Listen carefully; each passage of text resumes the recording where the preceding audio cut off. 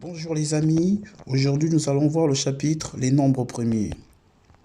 C'est une fiche de synthèse qui va nous permettre d'aborder les notions de base sur les nombres premiers, c'est-à-dire comment reconnaître un nombre premier, à quoi sert un nombre premier et pour finir, comment les utiliser. Pour commencer, nous allons d'abord faire appel à quelques notions de rappel. Ainsi, par définition, on nous dit un nombre premier est un nombre entier qui admet uniquement 1 et lui-même comme diviseur.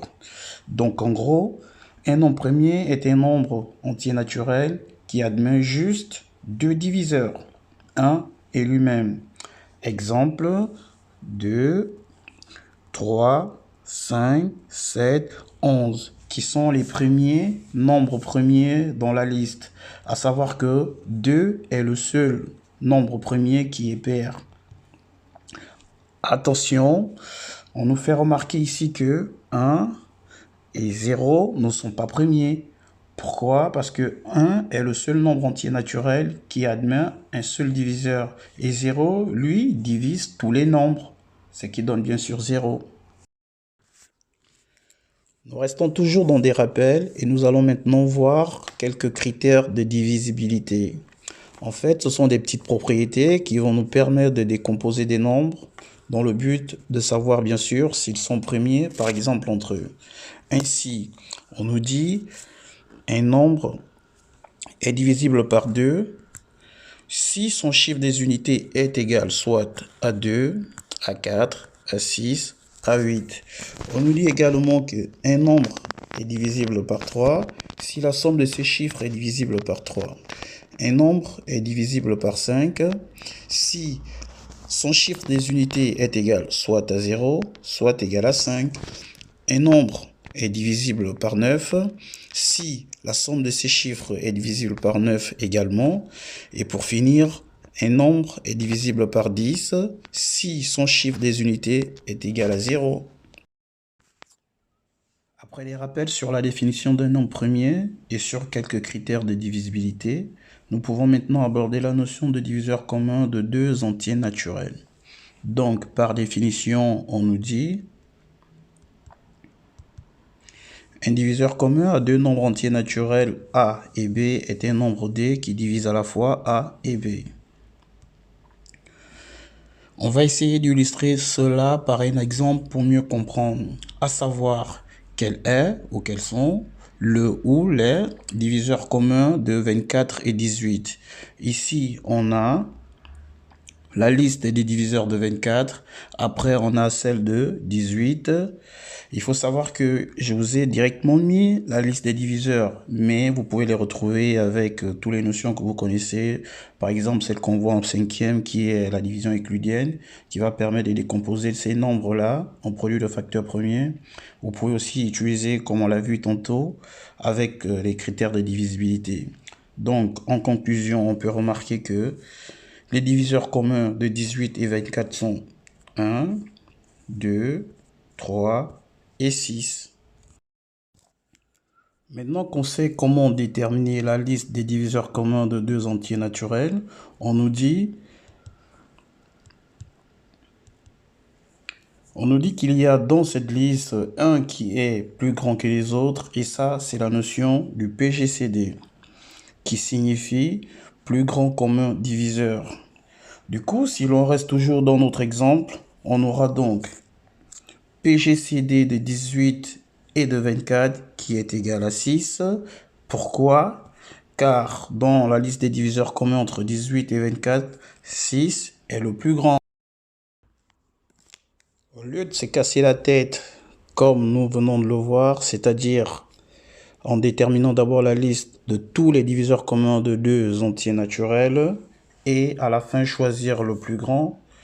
Ici, nous allons voir une méthode qui va nous permettre de déterminer directement le PGCD des deux entiers. Cette méthode s'appelle l'allégorie d'Euclide.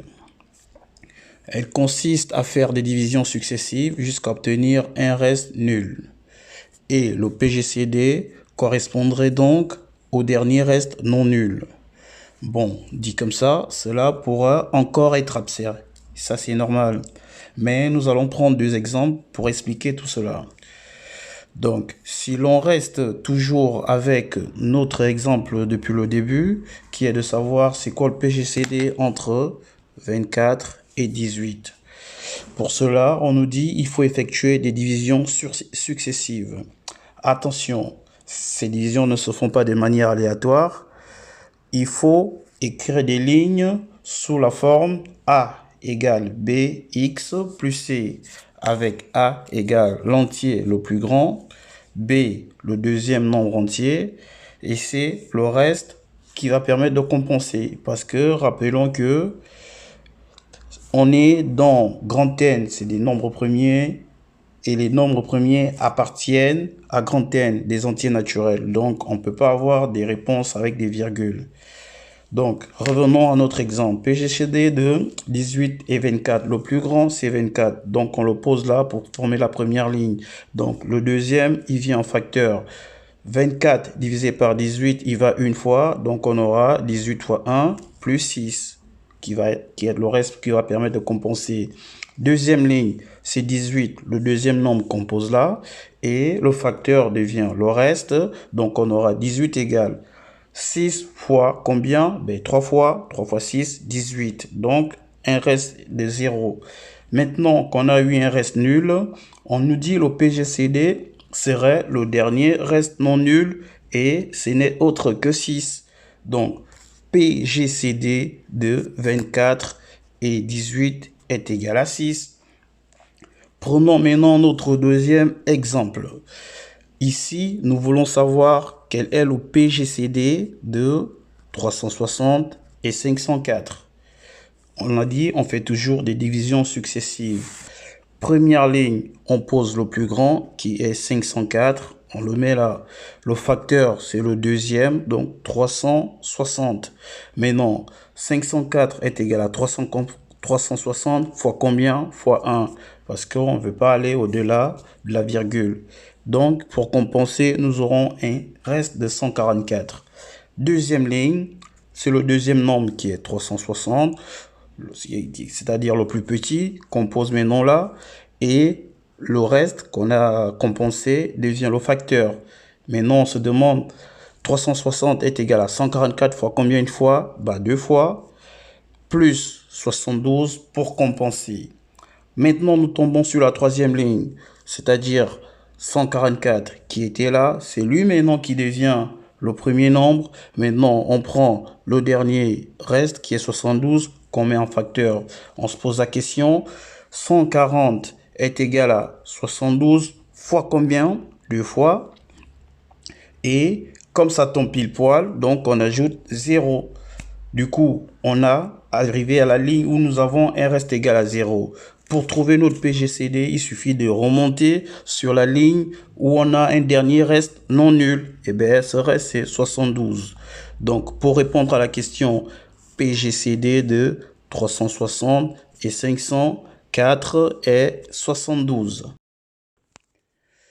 On sait que nombreux se disent certainement, ok, c'est bien beau de maîtriser toutes ces notions, mais à quoi ça sert dans la vraie vie?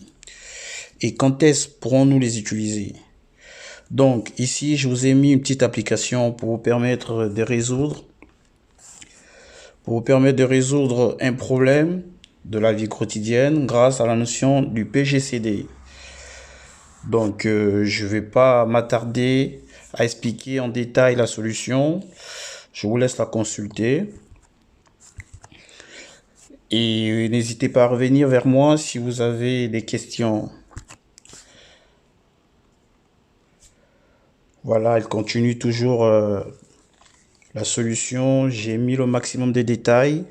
Et pour pas perdre du temps, je vais pas expliquer ligne par ligne. Donc, vous pouvez la consulter quand vous voulez. C'est dans le but de vous exercer et de comprendre vraiment à quoi ça sert tout ce qu'on a vu depuis le début.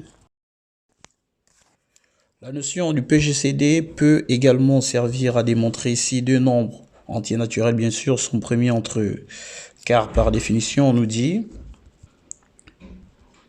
deux nombres entiers naturels A et B sont premiers entre eux si leur diviseur commun est égal à 1 Autrement dit, si leur PGCD est égal à 1. Donc, prenons par exemple 8 et 9. On veut savoir s'ils sont premiers entre eux. Pour cela, on va lister les diviseurs de 8 et 9. Comme vous pouvez voir, les diviseurs de 8 sont là et ceux de 9 sont là. Ainsi, on remarque que 1 est le seul diviseur en commun entre 8 et 9. D'où le PGCD de 8 et 9 est égal aussi à 1. Donc par conclusion, 8 et 9 sont premiers entre eux. De même, on peut également utiliser la notion du PGCD pour rendre une fraction irréductible. Car par définition, il est dit une fraction de deux entiers naturels A sur B est irréductible si A et B sont premiers entre eux. Donc, si le PGCD de A et B est égal à 1, en d'autres termes. De plus, on a d'autre part la propriété suivante qui nous dit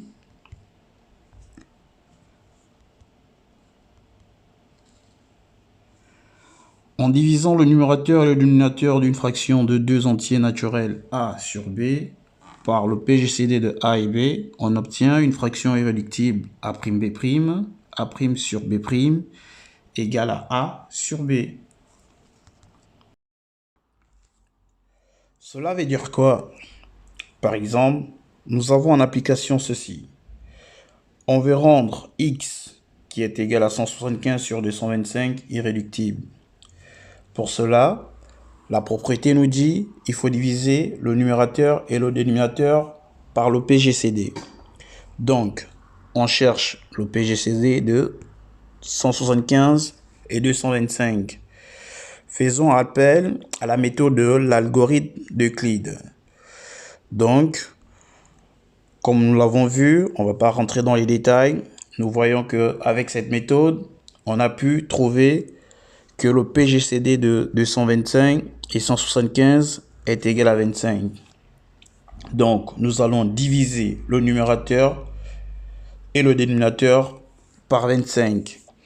Donc, d'un côté, on a 175 divisé par 25, on obtient 7. D'autre côté, nous avons 275 divisé par 25, nous avons 9. Donc, la forme réduite de x, qui est aussi la forme irréductible, est 7 neuvième. Bon, voilà les amis, c'est ainsi que s'achève ce cours sur les nombres premiers. Je vous remercie de votre attention. N'oubliez surtout pas, les cours c'est bien, mais les exercices sont encore mieux. Donc prenez soin de vous et on se retrouve pour un prochain numéro. Au revoir.